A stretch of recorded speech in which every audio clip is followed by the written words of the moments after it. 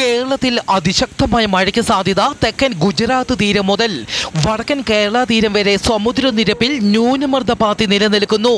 തെക്കൻ ജാർഖണ്ഡിനും അതിനോട് ചേർന്നുള്ള വടക്കൻ ഒഡീഷയുടെ ഉൾപ്രദേശങ്ങൾക്കും മുകളിലായി തീവ്ര ന്യൂനമർദ്ദം സ്ഥിതി ചെയ്യുന്നു.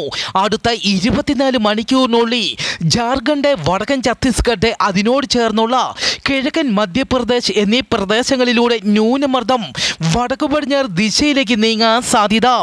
കേരളത്തിൽ ഇന്ന് അതിശക്തമായ മഴയ്ക്ക് സാധ്യതയുള്ളതിനാൽ കണ്ണൂർ, കാസർഗോഡ് ജില്ലകളിൽ ഓറഞ്ച് അലർട്ട് പ്രഖ്യാപിച്ചു. എറണാകുളം, തൃശൂർ, പാലക്കാട്, മലപ്പുറം, കോഴിക്കോട്, വയനാട് എന്നീ ജില്ലകളിൽ യെല്ലോ അലർട്ടും പ്രഖ്യാപിച്ചു. നാളെ ജൂലൈ 7-ാം തീയതി മലപ്പുറം, കോഴിക്കോട്, വയനാട്, കണ്ണൂർ, കാസർഗോഡ് ജില്ലകളിൽ യെല്ലോ അലർട്ടും പ്രഖ്യാപിച്ചു. കേരളത്തിൽ ഒറ്റപ്പെട്ടയിടങ്ങളിൽ ഇന്നു മുതൽ ജൂലൈ 8-ാം തീയതി വരെ മണിക്കൂറിൽ 50 കിലോമീറ്റർ വരെ വേഗതയിൽ കാറ്റിന് സാധ്യത.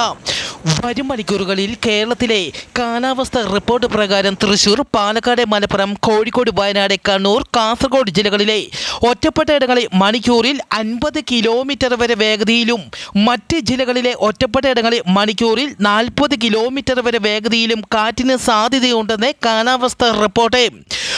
മഹാരാഷ്ട്രയിൽ പേമാരി, പൂനെയിലുണ്ടായ ശക്തമായ ഉരുൾപൊട്ടലിൽ 5 വീടുകൾ തകർന്നു. ഇവിടെ രക്ഷാപ്രവർത്തനം പുരോഗമിക്കുകയാണ്.